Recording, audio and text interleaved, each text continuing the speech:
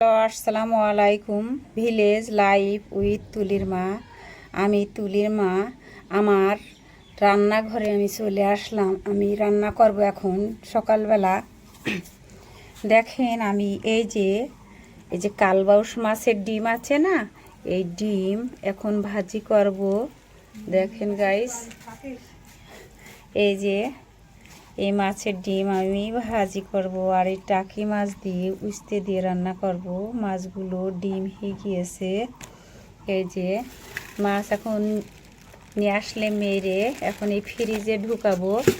আর এই যে মাছের মাথা আজকে রান্না করব না, মুগ ডাল দিয়ে আর এই মাছের মাথা দিয়ে রান্না করব। এটা হচ্ছে কালবাউস মাছের মাথা, এটা রুই মাছ, এটা সিলভার মাছ। দেখেন গাইস, এবার আমি চলে যাব আমার রান্নাঘরে। আমি রান্না করতে চলে যাব। আমার সাথে থাকুন, ভিডিওটা শেষ পর্যন্ত দেখবেন আপনারা। আপনাদের ধন্যবাদ। দেখেন আমি মাছটা হলুদ আর লবণ দিয়ে মেখে নিয়েছি। আর এই যে টাকি মাছের পেটের ভিতরে যে ডিম, দুইটা মাছ রান্না করছি, দুইটা মাছের পেটের ভিতরে ডিমটা দেখেন কত সুন্দর কালার। দেখেন মনে হচ্ছে যে হলুদ লাগাইছি, কিন্তু হলুদ তো এখনো দেয়নি মাছের উপরে। আর মাছগুলোর ভিতরে আমি হলুদ আর লবণ মেখে নিয়েছি। এবার আমি চুলোর পারে দেখেন আমি কড়াই দিয়েছি। এবারে আমি তেল ঢেলে দিব। এবারে আমি কড়ার উপরে তেল ঢেলে দিলাম। তেল ঢেলে দিয়ে এবার আমি মাছটা ঢেলে দিলাম। দেখেন দিয়ে এবার মাছটা নাড়াচাড়া করে নিচ্ছি। টাকি মাছ থেকে বেশি ভাজতে হয় না, বেশি ভাজলে মাছটার মজা লাগে না।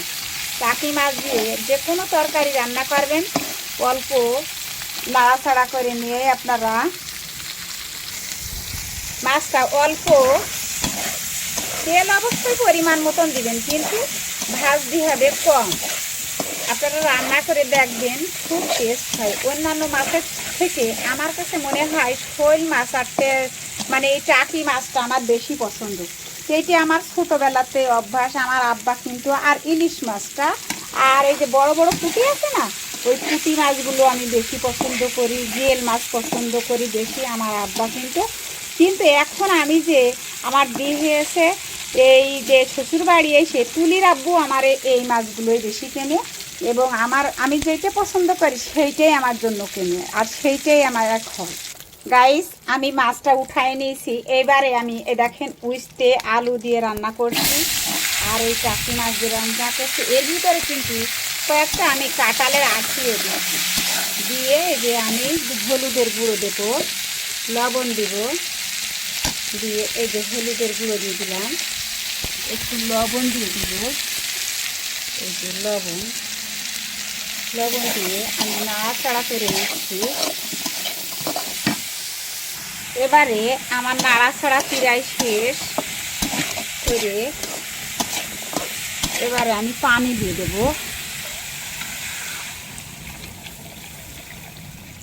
পানি দিয়ে আমি কষাই নিব। এবারে আমি ঝাল, রসুন বাটা আর সরষে বাটা একবারে দিয়ে দিলাম, দিয়ে এটা কষাই নিচ্ছি।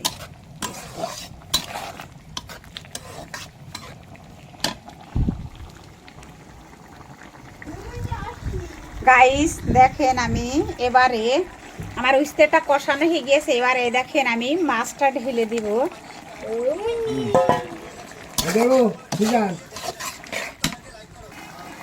দেখেন গাইস, মাছটাও দিয়ে দিয়েছি একই সাথে, দিয়ে আমি নাড়াচাড়া করে নিচ্ছি। এবারে আমি অল্প করে পানি দিয়ে দেবো।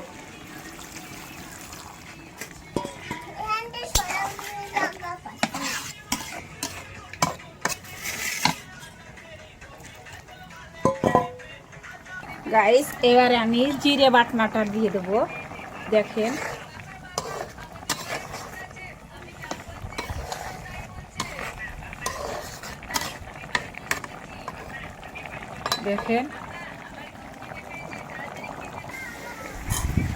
গাইস, দেখেন আমার উস্তা রান্না করা হয়ে গিয়েছে।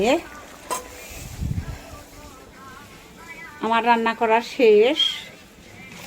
এবারে আমি নামায়ে ফেলেছি, এবারে আমি ঢেলবো।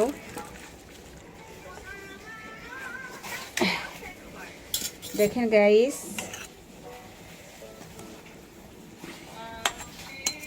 টাকি মাছ দিয়ে আর উস্তে দিয়ে রান্না করেছি, হেভি টেস্ট হয়েছে। তরকারিটা দেখেও বোঝা যাচ্ছে।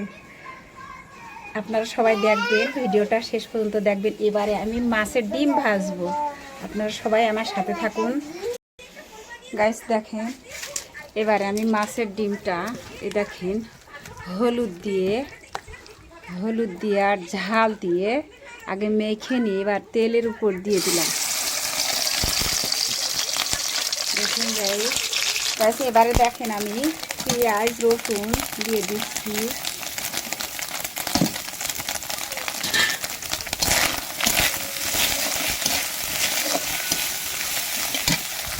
দেখেন গাইস, সেই মাছের ডিমটা, সেই কালবাউস মাছের ডিমটা কত সুন্দর করে ভাজছি। দেখেন গাইস, খুব শব্দ হচ্ছে, ডিমটা চটপট চটপট করে ফুটছে। গাইস দেখেন, এবারে আমি একটু জিরে দেবো, জিরে দিয়ে দেবো এর সাথে করে, একসাথে ভাজা ভাজা হয়ে যাবে। দেখেন কত সুন্দর লাল লাল হয়ে এসেছে। এইভাবে নাড়াচাড়া করে আমার মতো করে পেঁয়াজ দিয়ে রসুন দিয়ে সব রকমের ভাজা যায়।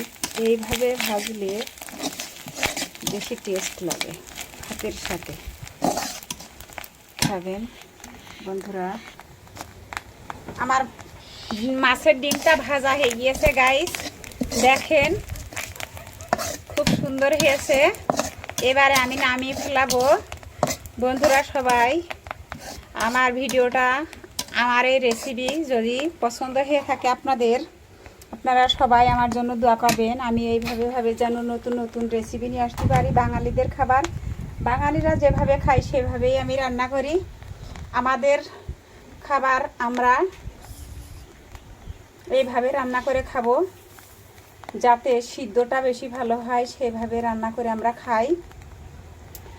গাইস, আপনারা সবাই ভালো থাকেন, সুস্থ থাকেন, এই আমার কামনা। আর আমার ভিডিও যদি পছন্দ হয়ে থাকে আপনারা লাইক কমেন্ট শেয়ার করে দেবেন। আপনারা ভালো থাকেন। আল্লাহ হাফেজ।